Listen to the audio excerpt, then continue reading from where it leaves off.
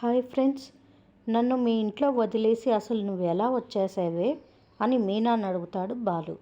ఇక్కడ నా బ్రతుకు బంగారంలా ఉంది అని మా అమ్మకు అబద్ధం చెప్పాను. దినదిన గండంలా ఉందని వాళ్ళకి అర్థమైపోయింది అని మీనా అంటుంది. అసలు నిన్ను మళ్ళీ కాపురానికి తీసుకురావడమే నేను చేసిన తప్పే అని బాలు మీనాతో అంటూ ఉండగా బామ్మ వస్తుంది.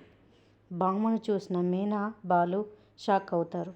ఏమిటిరా అలా గొడవ పడుతున్నారు అని అడుగుతుంది బామ్మ. అయ్యో ఏమి లేదు బామ్మ, నువ్వు ఎప్పుడు వచ్చావు, నువ్వు ఎలా ఉన్నావు అని అడుగుతుంది మీనా. బామ్మని ఇంట్లోకి తీసుకెళ్తారు బాలు మీనా. బామ్మ సత్యంని చూసి, జ్వరానికి ఇంత చిక్కిపోయినావేంటిరా, ముఖంలో కలే లేదేమిటిరా అని అడుగుతుంది.